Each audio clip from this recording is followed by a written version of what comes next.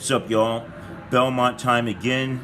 Third leg of the Triple Crown coming up here on Saturday. So I'm going to give you the quick analysis of this race here before we get into some spotlight videos. Now, first of all, we got the number one horse is Jovia. Jovia being ridden by Jose Lezcano. He's never ridden him before, which is the case with quite a few of these horses here. Got a lot of jockey changes. He's at 30-1. He's coming off a decent win he had in the Long Branch Stakes at Monmouth Park. Not a very highly contested race. Nick Juarez rode him to a wire-to-wire victory in that one in the slop. I don't know if he's going to get that kind of an advantage here. I don't think it's going to be sloppy. Probably going to have a fast track up in Belmont Park on Saturday. So it's not going to matter as much, I don't think. As far as the pressure, he's probably going to be the only front runner in this one, and Lezcano's never ridden him before, so that's going to be something to watch out for. The pace could, who knows? Really fast, really slow. Lezcano's probably going to get to set that pace for himself, so we'll see. Second, we have Everfast. Everfast, last race out, he was second in the Preakness. He made a good come from behind there. That pace was way too fast set by Warrior's Charge. Warrior's Charge couldn't uphold that 46-second half mile opening half. So, of course, Will had the inside track there, came in and got the win. Everfast came way off the pace, jumped in there, and Everfast came in second.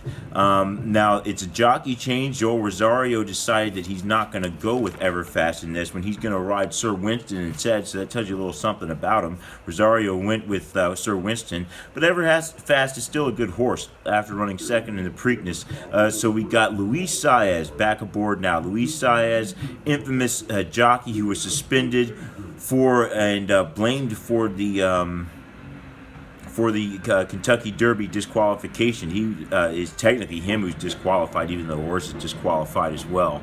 But he was disqualified and he was suspended, which is still, as far I know, up for a review. He's appealing that suspension. So Saez is back in this one now. He's got a new horse, Everfast, since Maximum Security's owners decided not to run him in here, which I think was a bad decision. Saez has got a decent horse he's jumping aboard. Dale Romans has trained him. He's out at Take Charge Indy, so some decent breeding from him. Awesome again on the other side. Decent breeding for Everfast. Definitely bred to be able to win a race like the Belmont. But we'll see what he's got here. He didn't look that great coming up into the Preakness, but the jockey change to Rosario looked pretty good. Rosario's the best jockey he ever had, so we'll see if Saez can do something with him here. He's at 12-1 right now. Now, number 3, we have Master Fencer. All right, Master Fencer out of Japan. He ran the Kentucky Derby as well. He did finish 7th. I mean, the pace was really fast there. He comes from way off the pace as well. Expect him to do the same thing in this one. So he finished 7th in the Derby, better than I thought. 4 lengths off of Maximum Security in that one. So we'll see what he's going to have for this one with his racing style and everything. I like to come from way off the pace and come from behind. So we'll see what he can do with this 1.5 miles on dirt. That's the one thing about the Belmont. None of these horses have ever run 1.5 miles before, so it's a whole new thing, kind of like with the Kentucky Derby, when you're judging the horse's ability to maintain speed over this kind of distance. Number 4, we've got Tax. All right, Tax out of Arch, being ridden by Irad Ortiz Jr. Irad Ortiz Jr. is jumping aboard this horse now. Junior Alvarado was riding him before, rode him in the Woods, 2nd place behind Tacitus, and then rode him in the Kentucky Derby. Alvarado was only able to get him in 15th place, 15 lengths behind Maximum Security in that one. So we've got a jockey change. Danny Garrigan, the trainer, has gone with Irad Ortiz Jr. He knows Belmont Park very well. He's a former Belmont winner, won in 2016 with Creator. So you got a good jockey, knows this track. And we'll see if Tax can improve his bid, coming up into this Belmont Stakes. Now, number 5, we got Bourbon War. Bourbon War 12-1 out of Tappet. Now, it's definitely worth mentioning that Tappet horses have won 3 of the last 5 Belmont Stakes. So you definitely want to keep an eye on Bourbon War for a breeding standpoint, definitely. Now, he's also got Mike Smith. Mike Smith has won 3 Belmont Stakes in his history. So this horse is at 12-1. I think it might come down a little bit because he's got Mike Smith and he's out of Tappet. He was being ridden by Irad Ortiz Jr. though, so that tells you a little something. That Irad Ortiz Jr. is not going to ride Bourbon War. He elected instead to go with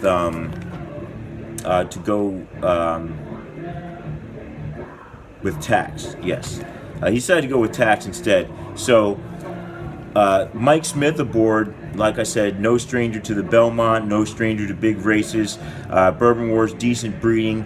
Last out, he was 8th in the Preakness. It wasn't too impressive in that race, but they're going to put Mike Smith aboard, and hopefully that'll be able to get, make a change for Bourbon War. The distance is going to be in his favor, I think, so we'll see what he can do coming out there. Good jockey, good breeding. We'll see if the horse can do it. He's got a decent workout, 48 breezing, not bad, not great.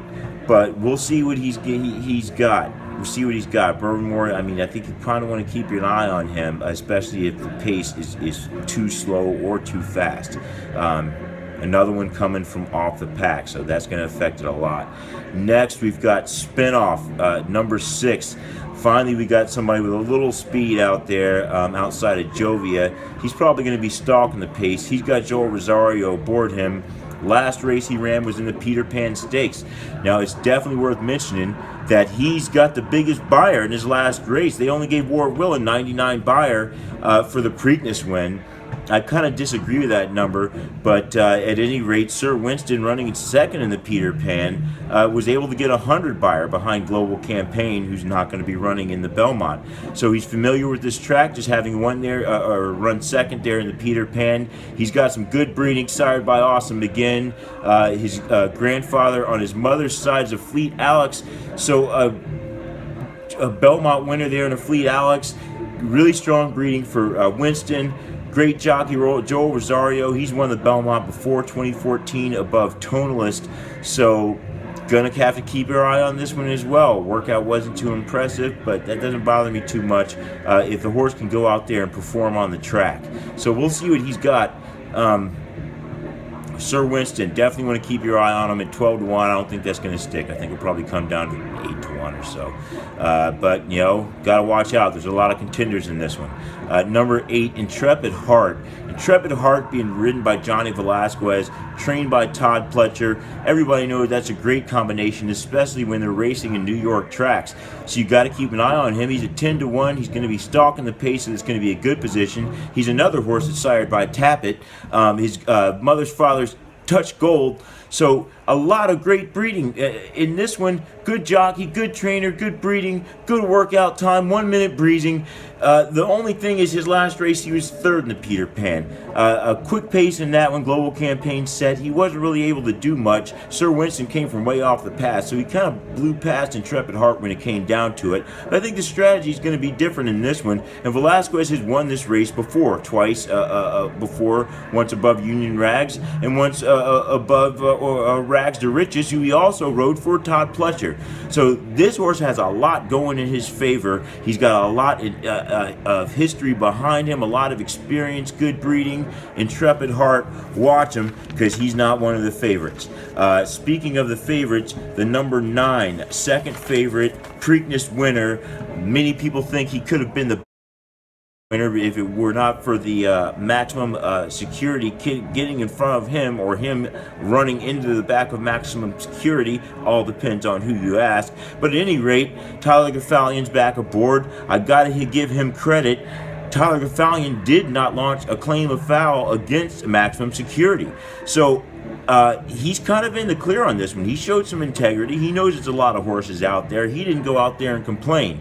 He came out there, and the horse racing gods awarded him the win in the Preakness with a good time in 154. I like that time. That's even time even time in the Preakness, he got a pretty good trip on the inside.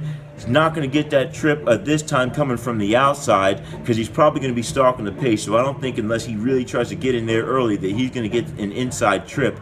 But Gafalian's going to be a contender in this one as well, coming off that good win in the Preakness. There's no recent workouts for War of Will, so you don't really know how he's really working out.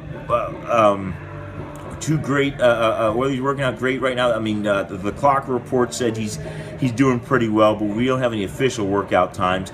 But you can definitely see why he's second favorite. I probably think he should be the favorite, but he might end up being the favorite by the time of supposed time. Now, the favorite is the 10. 10 is Tacitus out of Tappet, another Tappet horse in this. That's probably got a lot to do with why he's a favorite. His jockey, Jose Ortiz, another Belmont winner. He won with aboard Tappert a couple years back. So Tacitus, you can definitely see why he's a favorite. He's got a lot going for him. He ran fourth in the Kentucky Derby behind Maximum Security. So he's actually the highest finisher from the Kentucky Derby at 1.25 miles, closest to this distance now. However, it's not 20 horses in this race, and it's not going to be a sloppy track. So that is something you want to keep an eye on. Tacitus is good. He's coming off a couple of wins before that. His win before that was in the Wood Memorial. He's got a decent workout at 1 minute breezing at 5 furlongs coming into this one. So you can see why Tacitus is the favorite in this.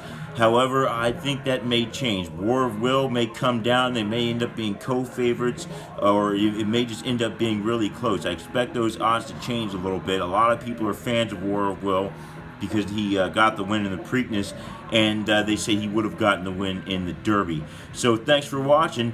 Stay tuned. I'm going to do some spotlights on every horse, and then, of course, as always, do some pace handicapping, and then I'm going to give you my winner.